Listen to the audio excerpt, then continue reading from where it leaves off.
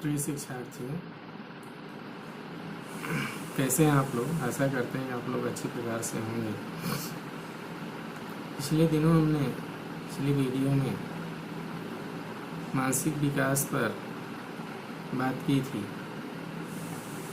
शैशवावस्था, बाल्यावस्था और किशोरावस्था में किस प्रकार से बालक का मानसिक विकास होता है। उसी मानसिक विकास के ही परिप्रेक्ष्य में आज हम लोग जीन पियाजे के संज्ञानात्मक विकास के सिद्धांत पर चर्चा करेंगे। कल हमने इस पर थोड़ी बहुत चर्चा की थी कि जीन पियाजे का कौन थे और किस पर इन्होंने अध्ययन किया और किस प्रकार से इन्होंने अपने अध्ययन में जो भी समस्याएं पाई कि बच्चे प्रश्नों का उत्तर किस प्रकार दे लेते हैं, नहीं दे लेता, उस पर इन्होंने एक रिसर्च किया, शोध किया और शोध में इन्होंने बहुत सारे लेख प्रकाशित किए। और तो संज्ञानात्मक विकास के सिद्धांत में सबसे महत्वपूर्ण जिसका स्थान है वह है जीन पियाजे। तो जीन पियाजे के संज्ञानात्मक विकास के संबंध में हम लोग आज चर्चा करेंगे अपने इस वीडियो में। उनके सिद्धांत को जानने से पहले हम थोड़ा सा कुछ उन्होंने कुछ शब्दों की व्याख्या की थी जिस पर हम लोग प्रकाश डालेंगे। अगर उसको हम लोग समझेंगे, जान लेंगे तो उनके सिद्धांत को समझने में काफ़ी सहायता मिलेगी। तो जीन पियाजे के संज्ञानात्मक विकास सिद्धांत में जो उसकी कार्यविधि है उसमें इन्होंने उसकी दो मुख्य विशेषताएं बताई। दो मुख्य विशेषताएं कौन कौन सी हैं? संगठन, ऑर्गेनाइजेशन तथा अनुकूलन, एडॉप्टेशन। ऑर्गेनाइजेशन और दूसरा एडॉप्टेशन, ये दो उन्होंने अपने संज्ञानात्मक कार्यविधि में दो विशेषताएं बताई। संगठन क्या है? इनके अनुसार संगठन से तात्पर्य प्रत्यक्षीकृत यानी जो भी देखा गया तथा बौद्धिक सूचनाओं को जो भी देखा गया है, जो दिमाग से सूचनाएं मिल रही हैं, उन सूचनाओं को एक सार्थक पैटर्न, एक सही तरीके से, जिन्हें बौद्धिक संरचनाएं कहते हैं, जिन्हें क्या कहते हैं? बौद्धिक संरचनाएं कहते हैं, में व्यवस्थित करने से। इनमें दो चीज़ें मैंने बताया। संगठन से क्या तात्पर्य? नहीं, जो भी देखा गया है और जो भी बुद्धि से सूचनाएं प्राप्त हुई, जो भी सूचनाएं उनको एक सार्थक पैटर्न में, जिन्हें बौद्धिक संरचनाएं कहते हैं, में व्यवस्थित करने से है। इसे इन्होंने संगठन कहा और संगठन का यह हासिल। दूसरा क्या है? दूसरा है अव्यवस्थित करने से। प्रत्येक व्यक्ति अपने स्वयं की बौद्धिक संरचनाओं का निर्माण करता है। कोई भी व्यक्ति हो, अपनी बौद्धिक संरचना का निर्माण वह स्वयं करता है और जो वातावरण के साथ, जो उसे उसके वातावरण के साथ समायोजन करने में उसके ज्ञान तथा कार्यों, समायोजन करने में उसके ज्ञान तथा कार्यों को संगठित करती है। उसके ज्ञान तथा कार्यों क्या करती है? संगठित करती है। व्यक्ति मिलने वाली नवीन सूचनाओं, व्यक्ति जो नवीन सूचनाएं मिलती हैं, नई सूचनाएं मिलती हैं, वो इन पूर्व निर्मित जो उन्होंने पहले से निर्मित कर रखा है, बौद्धिक संरचनाओं में संगठित करने का प्रयास करता है। यानी जो उसकी नई सूचनाएं हैं, नई उसको सूचनाएं मिल रही हैं, उसको वह उसके परिप्रेक्ष्य में पूर्व में क्या संरचना निर्मित किया है उसमें संगठित करने से है। संगठित करने का क्या करता है? प्रयास करता है। ये क्या है? संगठन। परंतु कभी कभी जब वह यह कार्य करने में असमर्थ हो जाता है, यह कार्य करने में सफल नहीं हो पाता है, तब वह क्या करता है? अनुकूलन करता है। अगर संगठन करने में सफल नहीं होता तो फिर क्या करता है? वह अनुकूलन करता है, एडॉप्टेशन करता है। पियाजे ऐसे प्रथम मनोवैज्ञानिक थे इसने व्यक्ति को जन्म से ही क्रियाशील तथा सूचना प्रक्रमित प्रणाली के रूप में स्वीकार किया कि व्यक्ति बालक क्या है, जन्म से ही क्रियाशील है। ऐसे पहले मनोवैज्ञानिक थे।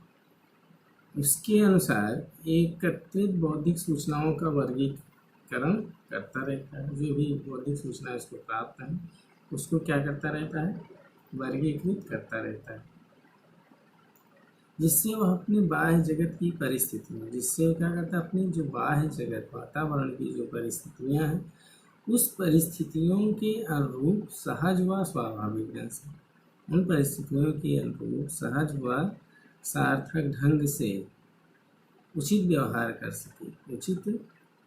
कर सके। तो इस तरीके से वो क्या करता है, जब संगठन करने में सफल हो जाता है तो क्या करता है, अनुकूलन करता है। अनुकूलन क्या है, इस पर हम लोग चर्चा करते हैं। अनुकूलन वह प्रक्रिया है जिसके द्वारा व्यक्ति अपने पूर्व अनुभव यानी पूर्व में उसने क्या अनुभव प्राप्त किया है तथा नवीन ज्ञान, पूर्व में क्या उन्होंने ज्ञान प्राप्त किया तथा नवीन ज्ञान के अनुभव यानी पूर्व अनुभव और नवीन जो अनुभव है के मध्य एक संतुलन स्थापित करता है। ये क्या है, अनुकूलन है। पूर्व अनुभव और नवीन अनुभव में क्या करता है, एक तरीके से दोनों के बीच संतुलन स्थापित करता है। यही प्रक्रिया क्या है, अनुकूलन। अनुकूलन के अंतर्गत दो प्रक्रियाएं इन्होंने बताई। क्या क्या बताई, आत्मसात्करण और दूसरा संविष्टीकरण। आत्मसात्करण और दूसरा संविष्टीकरण। आत्मसातीकरण क्या है, आत्मसातीकरण से तात्पर्य है नवीन अनुभव, जो नए अनुभव को पूर्ववर्ती विद्यमान बौद्धिक संरचनाओं में व्यवस्थित करने से। जो नवीन अनुभव है उसे पूर्व में जो बौद्धिक संरचनाएं हैं उसमें व्यवस्थित करने से है। तथा संविष्टीकरण से तात्पर्य क्या है, संविष्टीकरण से तात्पर्य है नवीन अनुभवों की दृष्टि से पूर्ववर्ती बौद्धिक संरचनाओं में सुधार करने। नवीन अनुभवों की दृष्टि से पूर्ववर्ती बौद्धिक संरचनाओं में सुधार करने, विस्तार करने तथा परिवर्तन करने से संविष्टीकरण। इसमें क्या है, नवीन अनुभवों को पूर्व से पूर्ववर्ती बौद्धिक संरचनाओं में सुधार करने, उसका विस्तार करने या उसमें परिवर्तन करने से। ये प्रक्रिया क्या है, संविष्टीकरण। यह विद्वान बौद्धिक संरचनाओं में परिवर्तन करने की प्रक्रिया है। पहले से जो विद्वान बौद्धिक संरचना उसमें परिवर्तन करे, उसमें विस्तार करे, उसमें कुछ परिवर्तन करे। ती प्रक्रिया जिससे नवीन अनुभव अथवा ज्ञान को उचित ढंग से व्यवस्थित किया, जैसे जो नए अनुभव है, नए ज्ञान है, उसको सही रूप में व्यवस्थित कर सके। तो यह प्रक्रिया क्या है, संविष्टीकरण। प्रक्रिया क्या है, संविष्टीकरण। तो जीवन के जो नए अनुभव हैं उनका अनुकूलन करते समय व्यक्ति पहले अपने सभी अनुभव तथा सूचनाओं को पहले से जो विद्यमान बौद्धिक संरचनाओं में आत्मसात्करण करने का प्रयास करता है। जो नए अनुभव है और जो पूर्व में विद्यमान अनुभव है, दोनों में क्या करता है, एक तरीके से संतुलन स्थापित करता है और उसमें आत्मसातीकरण करने का प्रयास करता है। अगर वो ऐसा बाह्य नहीं कर पाता है, यदि उसे लगता है कि ऐसा करना संभव नहीं है या हम ऐसा नहीं कर सकते हैं, तब वह अपनी बौद्धिक संरचनाओं में परिवर्तन लाकर संविष्टीकरण करता है या समाविष्टीकरण उसमें करता है। स्पष्ट है कि अनुकूलन में व्यक्ति या तो नवीन सूचनाओं को पुरानी बौद्धिक संरचनाओं में आत्मसात करता है, पुराना जो अनुभव है नवीन अनुभव में आत्मसात करता है, और अगर ऐसा नहीं कर पाता है तो पुरानी बौद्धिक संरचनाओं को नवीन बौद्धिक संरचनाओं में क्या करता है, समायोजित करता है। और अनुकूलन की यह प्रक्रिया क्या करती है, जीवन पर्यंत चलती रहती है, जब तक होती है शुरू से लेकर के अंत तक चलती रहती है। और पियाजे के अनुसार बौद्धिक विकास व्यक्ति तथा वातावरण की परस्पर व्यक्ति तथा ध्यान दीजिए व्यक्ति तथा वातावरण की परस्पर अंतःक्रिया पर निर्भर करता है, दोनों की अंतःक्रिया पर निर्भर करता है। अनुकूलन के द्वारा क्या करता है, नवीन ज्ञान को आत्मसात करने अथवा समाविष्ट करने की प्रक्रिया को एक उदाहरण के द्वारा स्पष्ट कर सकते हैं। उदाहरण, अगर माने कि 2 वर्ष का कोई बालक है, जब वह प्रथम बार किसी सफ़ेद कुत्ते को देखता है, तब यह प्रश्न करता है कि यह क्या है। माता पिता उसे बताते हैं कि यह क्या है, कुत्ता है। बालक उस कुत्ते को ध्यान से देखता है तथा जान जाता है कि कुत्ते के 2 आँख, 2 कान, 1 मुंह, 1 पूँछ, 4 पैर होते हैं तथा सफ़ेद रंग का होता है या उसके ध्यान में स्मृति भंडार में संगठित इकट्ठा हो गए। फिर कुछ दिन बाद वह बालक बकरी के सफ़ेद रंग के बच्चे को अपने सम्मुख देखता है, तो वह देखता है कि सफ़ेद रंग का है। इसके भी 2 आँखें, 2 कान हैं, 4 पैर है, 1 पूँछ है। तो वह सोचता है कि यह कुत्ता है। पर यह बालक की आत्मसातीकरण की प्रक्रिया, यही प्रक्रिया क्या है, बालक की आत्मसातीकरण की प्रक्रिया। यानी पूर्व में उसने क्या अनुभव किया था, क्या जाना था, और आज उसके सामने वैसी चीज़ें आई हैं, तो उसमें आत्मसातीकरण किया कि पूर्व में हमने ऐसे देखा था, ऐसे बताया गया। तो ये चूँकि उससे लक्षण इससे मिलते जुलते हैं, तो भी वही हो सकता है। तो यह प्रक्रिया क्या है, आत्मसातीकरण की प्रक्रिया। बालक बकरी में कुत्ते जैसे ही गुण इसलिए देख रहा है क्योंकि उसे बकरी कुत्ते के समान ही प्रतीत हो रही है, इसलिए ऐसा देख रहे क्योंकि उसके समान ही उसको प्रतीत हो रही है। वह कुत्ते के प्रत्यय का बकरी से मिलान कर रहा है और तथा बकरी के कुत्ते के भिन्न गुण पर वह ध्यान नहीं दे पा रहा है। समान गुण को ध्यान दे रहा है, लेकिन जो भिन्न गुण है उस पर वो ध्यान नहीं दे पा रहा। तो जब बालक पहले से ज्ञात बातों में कोई नवीन बात जोड़ता है, पहले से जो बात उसे ज्ञात है उसमें कोई नई बात जोड़ता है, नई चीज़ उसमें ऐड करता है अथवा अंतर करना सीखता है, तो उसे क्या कहते हैं, समविष्टीकरण की प्रक्रिया कहेंगे। उसे क्या कहेंगे, समविष्टीकरण की प्रक्रिया कहेंगे।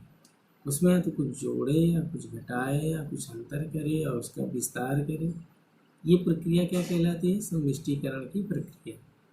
इसको हम एक उदाहरण के माध्यम से अगर देखें तो जैसे यदि कोई बालक जानता है, अगर कोई बालक यह जानता है कि कुत्ते की 2 आँखें हैं, 2 कान है, 1 सिर है, 1 पूँछ है, 4 पैर है।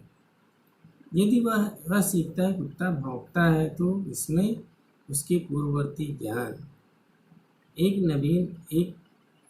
नवीन बात जुड़ जाएगी। जैसे पुरानी बातों में नई बातें जुड़ती जाएंगी, वैसे कुत्ते को संबोधित उसका प्रत्यय परिपक्व होता जाएगा। इसी प्रकार जब बालक कुत्ते तथा बकरी में अंतर करना सीख जाए, तो यह क्या है, समविष्टीकरण की प्रक्रिया। यही क्या है, समविष्टीकरण की प्रक्रिया। दोनों में अंतर यही होगा। आत्मसातीकरण तथा समविष्टीकरण की प्रक्रिया तभी घटित होती है, यह प्रक्रिया तभी घटित होती है जब वातावरणीय उद्दीपन या समस्याएं बालक के द्वारा अर्जित बौद्धिक विकास स्तर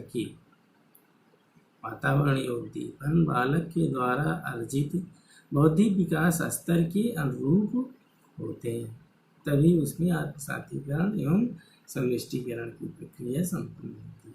यदि बालक के अनुभव उसके बौद्धिक स्तर के अनुरूप नहीं होते हैं, बालक के अनुभव उसके बौद्धिक स्तर के अनुरूप नहीं होते हैं, तब अनुकूलन का आत्मसातीकरण अथवा समष्टीकरण संभव नहीं होता है। अगर ऐसी बातें हैं कि बौद्धिक स्तर बालक के पूर्व अनुभव अनुरूप नहीं है, तो अनुकूलन का आत्मसातीकरण तथा समष्टीकरण करना संभव उसके लिए नहीं होता है। जैसे कक्षा 2 के किसी बालक के समक्ष, अगर कक्षा 2 का कोई बालक उसके समक्ष उच्च स्तरीय गणित, उसके समक्ष उच्च स्तरीय गणित के किसी प्रश्न को प्रस्तुत करना, उच्च स्तरीय गणित के किसी प्रश्न को प्रस्तुत करना बौद्धिक विकास की दृष्टि से व्यर्थ होगा, क्योंकि वो उसके पूर्व ज्ञान, वो जो सीखा है उससे बिल्कुल परे, उससे उसका कोई लेना देना है ही नहीं। तो यहाँ पे अनुकूलन, समष्टीकरण, आत्मसातीकरण की प्रक्रिया जैसी बात उत्पन्न ही नहीं होती।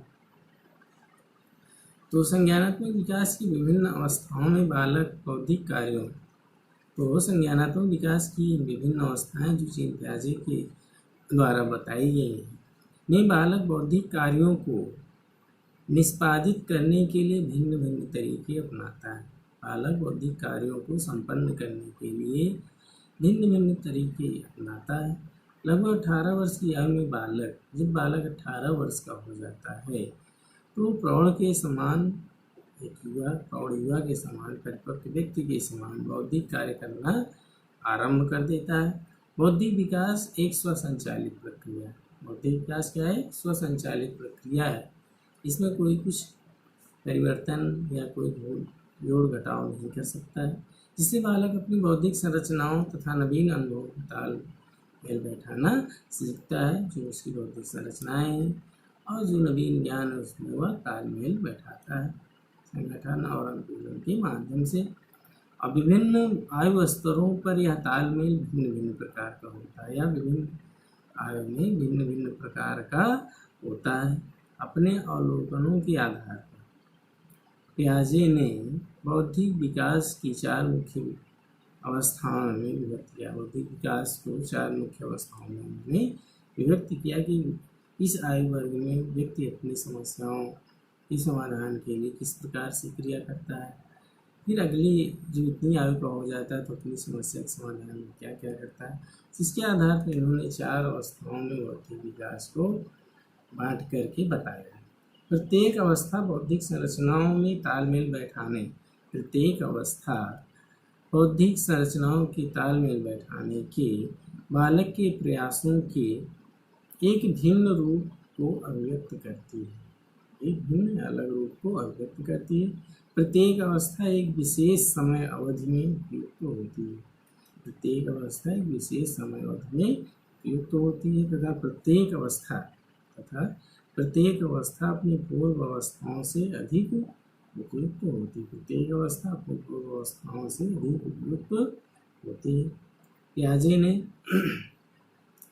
ने बौद्धिक विकास की निम्न 4 अवस्थाएं बताई। पियाजे ने बौद्धिक विकास की निम्न 4 अवस्थाएं बताई। कौन कौन सी 4 अवस्थाएं? आप इसमें ध्यान करिएगा। संवेदी गामक अवस्था या संवेदी पेशीय अवस्था, इसे सेंसरी मोटर स्टेज इंग्लिश में कह सकते हैं, संवेदी गामक अवस्था। दूसरा है पूर्व संक्रियात्मक अवस्था, पूर्व संक्रिया की अवस्था, इसे प्री ऑपरेशनल स्टेज इंग्लिश में कह सकते हैं आप। प्री ऑपरेशनल स्टेज या पूर्व संक्रिया की अवस्था या पूर्व संक्रियात्मक अवस्था कुछ कह सकते हैं। तीसरा इन्होंने कहा मूर्त संक्रिया की अवस्था, मूर्त संक्रिया की अवस्था या ऐसे ठोस संक्रिया की अवस्था भी कुछ लोगों ने कहा है। Concrete operational stage, concrete operations stage, मूर्त संक्रिया की अवस्था।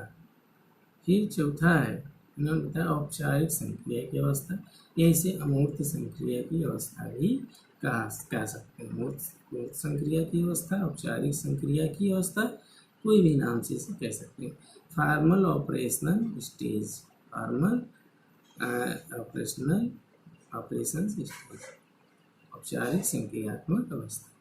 तो जीन पियाजे के द्वारा ये जो 4 अवस्थाएं बताई गई, तो इसका हम अभी संक्षेप में इन पर क्या बातें हैं उस पर हम लोग चर्चा करते हैं। पहला क्या है, संवेदी गामक अवस्था, संवेदी पेशी अवस्था या सेंसरी मोटर स्टेज। तो इसमें इन्होंने ऐसे बालक को कहा जो जन्म से लेकर के 2 वर्ष, इसका विभाजन इन्होंने 2 वर्ष तक के बालक के ऊपर कहा। इस अवस्था को संवेदी पेशी अवस्था, और जो भी बच्चे का क्रियाकलाप होता है संवेदी सूचनाओं के माध्यम से होता है। ज्ञानात्मक विकास की या प्रथम अवस्था पियाजे ने संवेदी गामक अवस्था के नाम से बताया है। यह अवस्था जन्म से प्रथम 2 वर्ष तक, यानी जन्म से 2 वर्ष तक चलती है। इस अवस्था में बालक क्या करता है, देखने, पहुँचने, पकड़ने, चूसने आदि की स्वतः सहज क्रियाओं से व्यवस्थित प्रयासरत क्रियाओं की ओर अग्रसरित होता है, बढ़ता है, आगे बढ़ता है। जन्म के समय बालक में देखने, छूने, पकड़ने तथा चूसने की क्षमताएं होती हैं। बच्चा जन्म लेता है तो उसमें देखने, छूने, पकड़ने, चूसने की क्षमताएं होती हैं, परंतु धीरे धीरे इन क्षमताओं पर आधारित उसकी स्वतः सहज क्रियाएं अधिक प्रभावशाली हो जाती हैं या अधिक प्रभावशाली व संगठित हो जाती हैं जैसे जैसे बड़ा होता है, और अपने उद्देश्यों की प्राप्ति के लिए इनका अपनी इच्छानुसार ढंग से प्रयोग करना सीख जाता है। और संवेदी गामक अवस्था के दौरान शिशु असहाय जीवधारी से प्रारंभ में असहाय जीवधारी होता है और धीरे धीरे वह गतिशील, अर्धभाषी तथा सामाजिक दृष्टि से चतुर व्यक्ति बन जाता है। अपनी चीज़ को किसी दूसरे को नहीं देता है, सारी चीज़ सोचता है कि मेरी, सब कुछ मेरा है, मेरे सिवाय संसार में और दूसरा कोई नहीं। और वह आवाज़ तथा प्रकाश के प्रति प्रतिक्रिया व्यक्त करने लगता है। रुचिकर कार्यों को करते रहने की वो कोशिश करते हैं, जो उनको अच्छा लगता है वही कार्य करेंगे।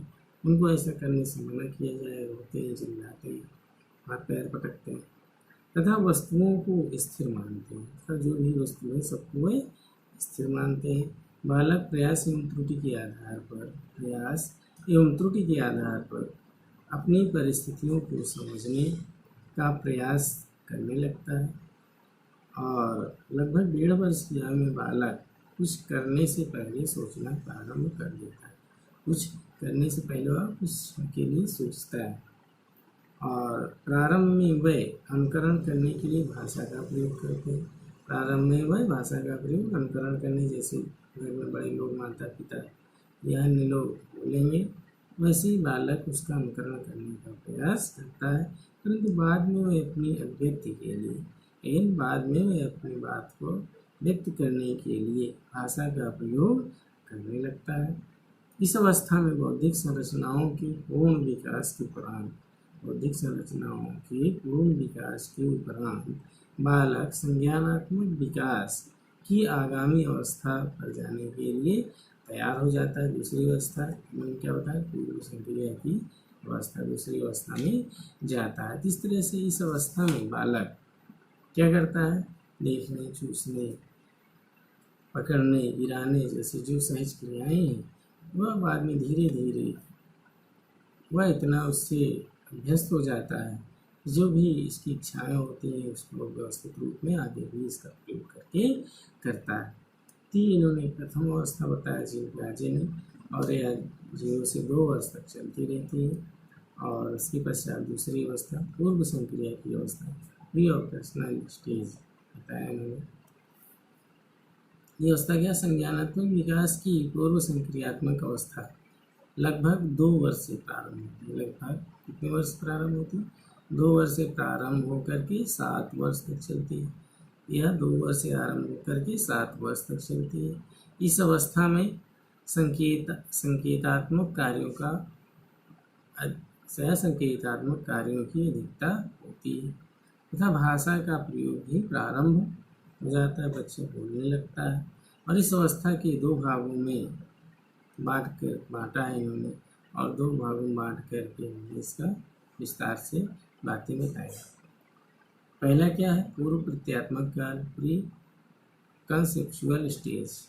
प्री कंसेप्चुअल स्टेज या पूर्व प्रत्यात्मक काल जो 2 से 4 वर्ष तक का होता है, जो 2 से 4 वर्ष तक का होता है। और दूसरा आंतप्रज्ञ काल, इंट्यूटिव स्टेज, आंतप्रज्ञ काल जो 4 वर्ष से 7 वर्ष तक चलता है, जो 4 वर्ष से प्रारंभ होकर के 7 वर्ष तक चलता है।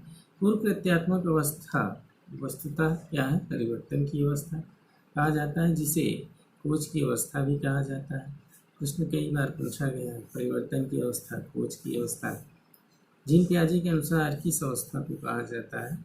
तो पूर्व संक्रियात्मक अवस्था को खोज की अवस्था या परिवर्तन की अवस्था भी कहा जाता है। तो नामों को भी आपको ध्यान में रखना है। और बालक विभिन्न घटनाओं कार्यों के संबंध में क्या, कैसे जैसे प्रश्नों का उत्तर जानने में रुचि रखता है, और वह जिस भी कार्य को अन्यों के द्वारा करते या होते देखता है उसी कार्य को करने लगता है, उसी कार्य को करने की कोशिश करता है। उसमें बड़ों का अनुकरण करने की प्रवृत्ति अधिक होती है। लड़के अपने भाई या पिता की तरह कार्य करते हैं, का अनुकरण करते हैं। खेलों के द्वारा बालक तरह तरह के प्रश्नों, सूचनाओं की आवश्यकताओं के प्रति जागरूक होते हैं। पूर्व प्रत्यात्मक अवस्था में भाषा का विकास विशेष महत्व रखता है। 2 वर्ष का बालक लगभग 200 शब्दों को समझ लेता है, और जबकि 6 वर्ष का बालक लगभग 16,000 शब्दों को समझ लेता है। 2 वर्ष का बालक 1 से 2 शब्दों के वाक्य बोलता है, जो व्याकरण की दृष्टि से अशुद्ध होता है, अपूर्ण होता है। 3 से 4 वर्ष का बालक लगभग 8 से 10 शब्दों के वाक्य बोलने लगता है, जो व्याकरण की दृष्टि से लगभग शुद्ध होते हैं। पूर्व संक्रियात्मक अवस्था में भाषा का अधिकतम विकास होता है। अच्छी तथा समृद्ध भाषाई वातावरण, अच्छे और समृद्ध भाषाई वातावरण में बालक को भाषा विकास करने के अधिक अवसर मिलते हैं। लगभग 4 वर्ष से लेकर के 7 वर्ष की आयु में बालक, 4 वर्ष से लेकर के 7 वर्ष की आयु में बालक अंतप्रज्ञ चिंतन की अवस्था में होता है। अंतप्रज्ञ चिंतन की अवस्था में होता है। अंतप्रज्ञ से पियाजे का क्या तात्पर्य है? अंतप्रज्ञ से पियाजे का तात्पर्य बिना किसी तार्किक विचार प्रक्रिया के, बिना किसी तर्क के किसी वस्तु या बात को मस्तिष्क के द्वारा तुरंत स्वीकार कर लेने से है। अंतप्रज्ञ अवस्था से क्या मतलब? बिना किसी तर्क वितर्क के जो भी बातें उसके सम्मुख आ रही हैं, उसको वह अपने मस्तिष्क में उसी प्रकार से स्वीकार कर लेने से है। उदाहरण के लिए, यदि समान लंबाई की दो छड़ें एक दूसरे के समानांतर रख दी जाएं, रखकर 4 वर्ष के बालक से पूछा जाए कि कौन सी छड़ी अधिक लंबी है, तो बालक का उत्तर होगा ये दोनों छड़ें बराबर लंबाई की है। अब यदि बालक को कि देखते हुए उनमें से एक छड़ी को कुछ आगे खिसका दिया जाए तथा उसे पुनः वही प्रश्न किया जाए, तो अधिकतर बालक उनमें से एक छड़ी को दूसरी छड़ी से अधिक लंबा बताता है। तो छड़ी की लंबाई के संबंध में बालकों द्वारा दिए जाने वाले इस उत्तर के लिए आंतप्रज्ञ चिंतन की 3 विशेषताएं जवाबदारी है। प्रथम, इस अवस्था में बालकों में विभिन्न प्रत्ययों की समझ मुख्यतः इस बात पर निर्भर करती है कि वह प्रत्यक्ष रूप से क्या देख रहे हैं, अर्थात उनके द्वारा देखी गई परिस्थिति की सतही बनावट अथवा प्रबल विशेषताएं क्या हैं। उपरोक्त उदाहरण में बालक केवल, इस उदाहरण में बालक केवल परिलक्षित स्थिति से, जो दिखाई दे रही है उस स्थिति से मूर्ख बनकर एक क्षणी को दूसरी क्षणी से अधिक लंबी बता देता है। द्वितीय, किसी परिस्थिति या घटना या वस्तु का बोध उसके सर्वाधिक प्रबल तथा स्पष्ट रूप से दिखाई देने वाले पक्ष पर आधारित होता है। जिसको अधिक स्पष्ट रूप से दिखाई दे रहा है उस पर आधारित होता है। बालकों के लिए विभिन्न पक्षों के मध्य संबंध या तालमेल बैठाना कठिन होता है। इस उदाहरण में बालक या तो केवल दाईं ओर अथवा केवल बाईं ओर की परिस्थिति पर ध्यान देकर एक क्षणी को दूसरी क्षणी से अधिक लंबा बता देता है। तृतीय, इस अवस्था में विचार प्रक्रिया